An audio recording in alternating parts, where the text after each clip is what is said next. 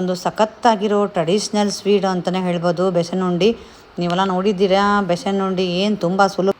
ನಾ ಬೇರೆಯವರಿಗೆಲ್ಲ ಹೇಳ್ತಾ ಇದ್ದದ್ದು ಏನು ಗೊತ್ತಾ, ಪೇಷನ್ಸ್ ಐತಾ ನಿಮಗೆ, ಎನರ್ಜಿ ಐತಾ, ಕುತ್ಕೊಂಡು ಬಿಟ್ಟು ಸಿಕ್ಕಾಬಟ್ಟೆ ಹುರಿಬೇಕು, ಹುರಿಯೋಕೆ ಮತ್ತು ಕೂಡೋಕೆ ಪೇಷನ್ಸ್ ಐತಿ ಅಂತಂದರೆ ಬೆಸನ್ ಉಂಡೆ ಬಂದಂಗೆ ಅಂತ ಹೇಳ್ತಾ ಇದ್ದೆ. ನಿಜವಾಗ್ಲೂ ಅದು, ಯಾಕಂದ್ರೆ ಮಾಡಿದವರಿಗೆಲ್ಲ ಗೊತ್ತೇ ಇರ್ತೈತಿ, ಸಿಕ್ಕಾಬಟ್ಟೆ ಕಷ್ಟಪಟ್ಟು ಹುರಿತಾನೇ ಇರಬೇಕು. ನಿಧಾನಕ್ಕೆ ಒಂದು ನಿಧಾನ ಫ್ಲೇಮ್ ಇಟ್ಕೊಂಡು ಅಂದ್ರೆ ಅಷ್ಟೇ ಅದು ಬೆಸನ್ ಉಂಡೆ ಚೆನ್ನಾಗಿ ಬರ್ತಾವೆ ಮತ್ತು ಚೆನ್ನಾಗಿ ಆಗ್ತಾವೆ ಕೂಡ. ಹಾಗಾದರೆ ಹೇಗೆ ಮಾಡೋದು ಅಂತಂದೇಳಿ ನೋಡ್ಕೊಳ್ಳೋಣ. ಫುಲ್ ವಿಡಿಯೋನ ಸ್ಕಿಪ್ ಮಾಡದೆ ನೋಡಿದ್ರಿಂದ ನೀವು ನಾ ಹೇಗೆ ಮಾಡಿದೆ ಅಂತ ಗೊತ್ತಾಗುತ್ತೆ. ನಿಮ್ಮೆಲ್ಲರ ದಿನ ನಗುವಿಂದ ಸ್ಟಾರ್ಟ್ ಆಗಿ ನಗುವಿಂದ ಎಂಡ್ ಆಗಲಿ. ವಿಡಿಯೋ ನೋಡುತ್ತಿರುವ ಎಲ್ಲ ನನ್ನ ವ್ಯೂವರ್ಸ್ಗೂ ನಮಸ್ಕಾರಗಳು. ನಾನು ನಾಗವೇಣಿ ರಾಜ್. ನಾನೇನಿಲ್ಲಿ ಗ್ಲಾಸ್ ತೋರಿಸಿದ್ನಲ್ಲ, ಈ ಗ್ಲಾಸಿಂದ ನಾನು 2 ಗ್ಲಾಸು ಹಿಟ್ಟು ತೊಗೊಂಡಿದ್ದೀನಿ. ನಾನು ಹಿಟ್ಟನ್ನು ಇದು ಮನೆಯಲ್ಲೇ ಇರೋ ಕಡಲೆಬೇಳೆನ ಹಿಟ್ಟು ಹಾಕಿಸ್ಬಿಟ್ಟು ಮನೇಲಿ ಎತ್ತಿಟ್ಟಿರ್ತೀನಿ. ಗಿರಣಿಯಿಂದ ಬಂದ ತಕ್ಷಣ ನಾನು ಎಲ್ಲ ಈ ಥರ ಜರಡಿ ಹಿಡಿದು ಎತ್ತಿಟ್ಟಿರ್ತೀನಿ. ಬಟ್ ಇದು ಉಂಡೆ ಕಟ್ಟಬೇಕಾದ್ರೆ ಮತ್ತೊಂದು ಸಲ ಈ ಥರ ಜರಡಿ ಹಿಡ್ಕೊಂಡ್ರೆ ಅದರಲ್ಲೆಲ್ಲ ಒಂದು ಸ್ವಲ್ಪ ಗಾಳಿ ಬಂದುಬಿಟ್ಟು ಚೆನ್ನಾಗಿ ಹಿಟ್ಟು ಫ್ರೀ ಆಗಬೇಕು, ಅಂದ್ರೆ ಚೆನ್ನಾಗಿ ಬರ್ತೈತಿ. ಇಲ್ಲ ಗಂಟು ಆಗಿಬಿಡ್ತೈತಿ ನೋಡ್ರಿ. ಏನೂ ಇಲ್ಲ ಜರಡಿ ಹಿಡಿದ್ರು ಕೂಡ. ನಾ ಯಾವ ಪಾತ್ರೆ ಹುರಿಯೋಕೆ ತಗೊಂಡಿದ್ದೆ ನೋಡು, ಅದು ಅಗಲಾಗಿತ್ತಲ್ಲ, ಅದರಲ್ಲೇ ನಾನು ಜರಡಿ ಹಿಡ್ಕೊಂಡೆ. ನೀವು ನೋಡಿಕೊಂಡು ಬೇರೆ ಪಾತ್ರೆ ಹಿಡ್ಕೊಂಡು ಬೇಕಾದ್ರೆ ಹುರಿಯೋ ಪಾತ್ರೆಲಿ ಹಿಡ್ಕೋಬೋದು. ಮೊದಲು ಒಂದು ಸ್ವಲ್ಪ ಸ್ಟವ್ ಆನ್ ಮಾಡಿಕೊಂಡು ಫಸ್ಟು ಡ್ರೈ ಪೌಡ್ರನ್ನ, ಅಂದರೆ ಡ್ರೈದ ಹಿಟ್ಟನ್ನು ನೀವು ನಿಧಾನಕ್ಕೆ ಫಸ್ಟ್ ಹುರ್ಕೊಳ್ರಿ. ಚೆನ್ನಾಗಿ ಒಂದು ಸ್ವಲ್ಪ ಹುರಿಬೇಕದು, ಹಸಿ ವಾಸನೆ ಹೋಗೋವರೆಗೂ ಹುರಿಬೇಕು. ಆಮೇಲೆ ನಾವು ತುಪ್ಪ ಹಾಕೊತ ಬರಬೇಕು. ಒಂದೊಂದು 5 ನಿಮಿಷ ಹುರಿಯೋದು, 2 ಸ್ಪೂನ್ ತುಪ್ಪ ಹಾಕೋದು. ನಾನಿಲ್ಲಿ 250 ಗ್ರಾಮ್ ಅಷ್ಟು ತುಪ್ಪ ತೊಗೊಂಡಿದ್ದೀನಿ. ನಿಮಗೆ ಗೊತ್ತಿರಲಿ, ಇಲ್ಲ ಕರೆಕ್ಟಾಗಿ ಅಳತಿ ಬೇಕಂದ್ರೆ ನಾನು ಏನು 2 ಲೋಟ ಹಿಟ್ಟು ತೊಗೊಂಡಿದ್ನಲ್ಲ, ಆ 2 ಲೋಟದಲ್ಲಿ 2 ಲೋಟ ಹಿಟ್ಟು, ಹಾಗೆ 1 ಲೋಟ ಸಕ್ಕರೆ ಪೌಡ್ರ್ ಮಾಡಿ ಇಟ್ಕೊಂಡಿದ್ದೀನಿ, ಹಾಗೆ 1 ಲೋಟ ಅಷ್ಟು ತುಪ್ಪ. ಇಷ್ಟು ಅಂದ್ಕೊಳ್ರಿ ನೀವು.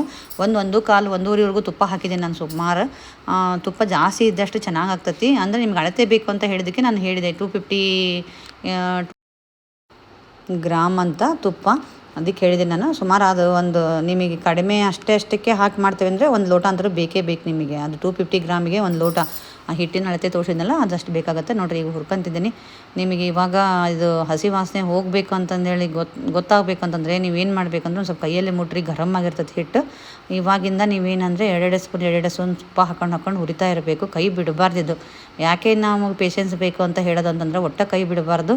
ಮತ್ತು ಇದು ಲಾಸ್ಟಿಗೆ ಇದು ಫುಲ್ಲು ಕಾದು ಬಿಸಿ ಬಿಡ್ತೈತಿ. ಹಾಗಾಗಿ ಸ್ಟೀಲಿನ ಸ್ಪೂನೆಲ್ಲ ಹಿಡ್ಕೊಬೇಡ್ರಿ, ಕಟ್ಗೆ ಸ್ಪೂನ್ ಹಿಡ್ಕೊಳ್ರಿ. ಅಂದ್ರೆ ನಿಮಗೆ ಚೆನ್ನಾಗಿ ಅನಿಸ್ತೈತಿ ಹಿಡಿಯೋಕೆ ಆಯ್ತು, ಹುರಿಯೋಕೆ ಆಯ್ತು.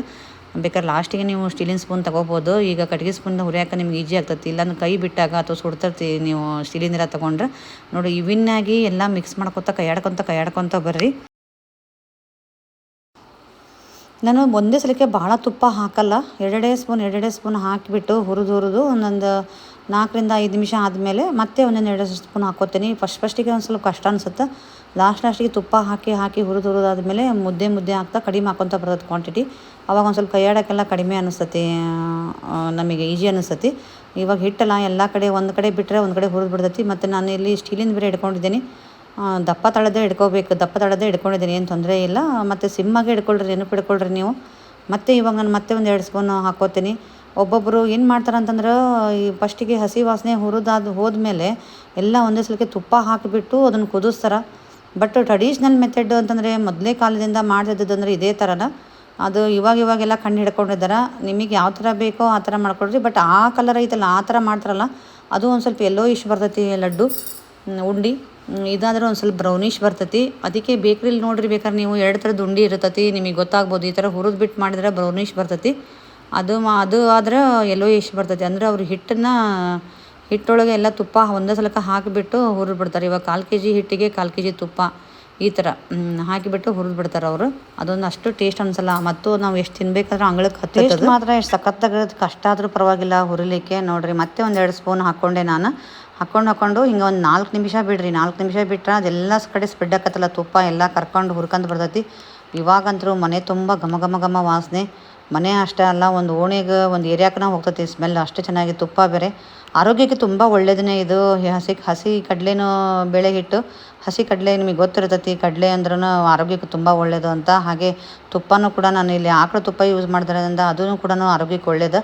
ಬಟ್ ಸಕ್ಕರೆ ಒಂದೇ ಒಳ್ಳೆಯದಲ್ಲ, ಏನು ಮಾಡೋದು. ಬಟ್ ಈ ಥರದ್ದು 1-2 ಒಳ್ಳೆ ತಿನ್ನಬೇಕಂದ್ರೆ ಒಂದು ಆರೋಗ್ಯಕ್ಕೆ ಹಾನಿ ಅಂದರೂ ತಿನ್ನಬೇಕು. ಬಟ್ ಯಾವಾಗಾರ ಒಂದು ತಿನ್ನೋದು ಅಥವಾ ಯಾವಾಗೋ ಒಂದು ಸಲ ತಿನ್ನೋಕ್ಕೆ ಏನು ಪ್ರಾಬ್ಲಮ್ ಇಲ್ಲ.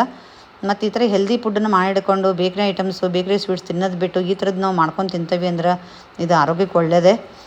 ಹಾಗೆ ಡಯಾಬಿಟಿಕ್ನರಿಗೆ ಅಷ್ಟೇ ಒಂದು ಸ್ವಲ್ಪ ಪ್ರಾಬ್ಲಮ್.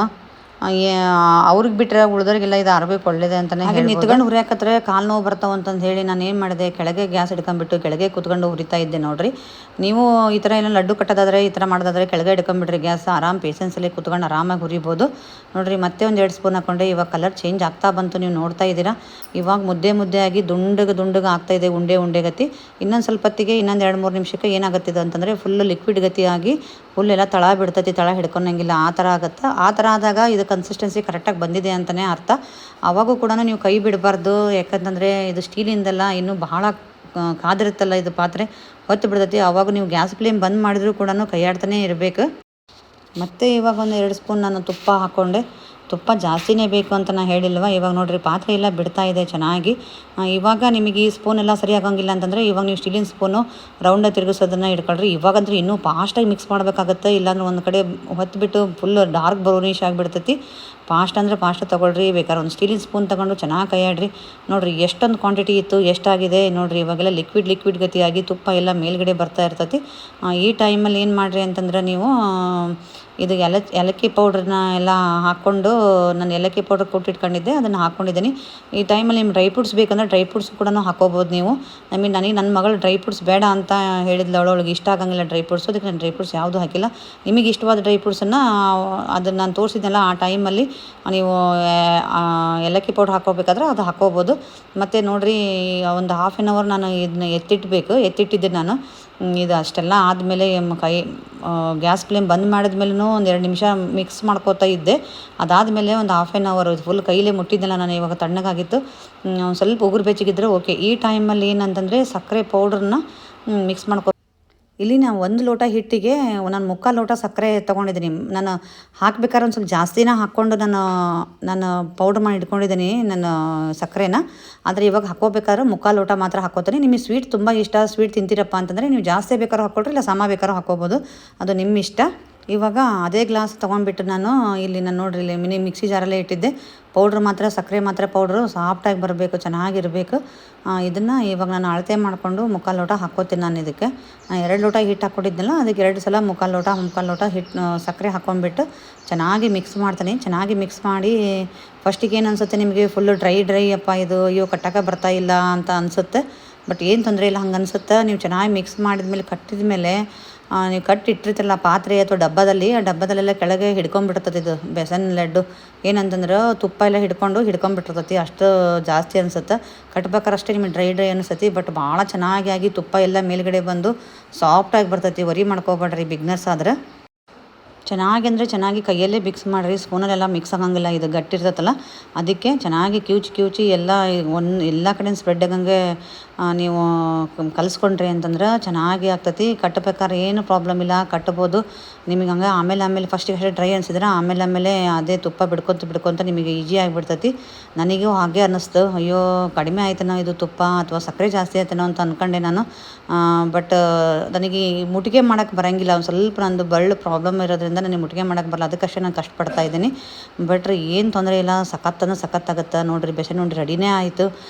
ಘಮ ವಾಸನೆ ಸಿಕ್ಕಾಪಟ್ಟೆ. ಅಯ್ಯೋ ಈ ಥರ ಹೆಲ್ದಿ ಇರೋದನ್ನು ಒಂದು ಸಲನಾದರೂ ಮಾಡ್ಕೊಂಡು ತಿನ್ನಬೇಕು ಅಂತ ನನಗೆ ಅನಿಸುತ್ತೆ. ನಿಮಗೂ ಅನಿಸ್ತಾ ಇದೆಯಾ? ಹಾಗಾದರೆ ಈ ವಿಡಿಯೋ ನಿಮಗೆ ಇಷ್ಟ ಆಯಿತು ಅಂತಂದರೆ, ಈ ಬೇಸನ್ ಲಡ್ಡು ನಿಮಗೆ ಸ್ವಲ್ಪನಾದರೂ ಇಷ್ಟ ಆಯಿತು ನಾನು ಮಾಡಿದ್ದು ಮೆಥಡ್ ಅಂತಂದರೆ, ನೀವು ಲೈಕ್ ಮಾಡೋದನ್ನು ಮರಿಬೇಡಿ. ಹಾಗೆ ನೀವು ಹೇಗೆ ಮಾಡ್ತೀರಿ ಬೇಸನ್ ಲಡ್ಡುನ, ಅಥವಾ ನಾ ಮಾಡಿದ್ದು ಕರೆಕ್ಟಾಗಿದೆಯಾ ಅಂತಂದೇಳಿ ಕಮೆಂಟ್ ಮೂಲಕ ತಿಳಿಸಿ. ಇನ್ನೂ ನನ್ನ ಚಾನಲ್ ಸಬ್ಸ್ಕ್ರೈಬ್ ಆಗದೆ ಹಾಗೆ ನೋಡ್ತಿದ್ರಿಂದ ಪ್ಲೀಸ್ ಸಬ್ಸ್ಕ್ರೈಬ್ ಮಾಡ್ಕೊಳ್ಳಿ. ನಿಮ್ಮ ಫ್ರೆಂಡ್ಸ್ಗೆಲ್ಲ ಶೇರ್ ಮಾಡಿ, ಅವರು ಕೂಡ ಮಾಡ್ಕೊಂಡು ತಿಂತಾರೆ. ನೀವೆಲ್ಲ ಇಷ್ಟೊತ್ತರೆಗೂ ವಿಡಿಯೋ ನೋಡಿದ್ದಕ್ಕೆ ಧನ್ಯವಾದಗಳು. ನಿಮ್ಮ ಕಮೆಂಟು ನನಗೆ ಸ್ಫೂರ್ತಿ ಆಗಬೇಕು ಹೊಸ ರೆಸಿಪಿಗಳನ್ನು ಮಾಡಲಿಕ್ಕೆ. Thank you. ಓಕೆ, ಹಾಗಾದರೆ ಎಲ್ಲರೂ ನಗ್ತಾ ಇರಿ, ನಗಿಸ್ತಾ ಇರಿ. ನಿಮ್ಮೆಲ್ಲರ ದಿನ ನಗುವಿಂದ ಸ್ಟಾರ್ಟಾಗಿ ನಗುವಿಂದ ಎಂಡ್ ಆಗಲಿ ಅಂತ ನಾನು ಈ ವಿಡಿಯೋನ ಎಂಡ್ ಮಾಡ್ತಾಯಿದ್ದೀನಿ.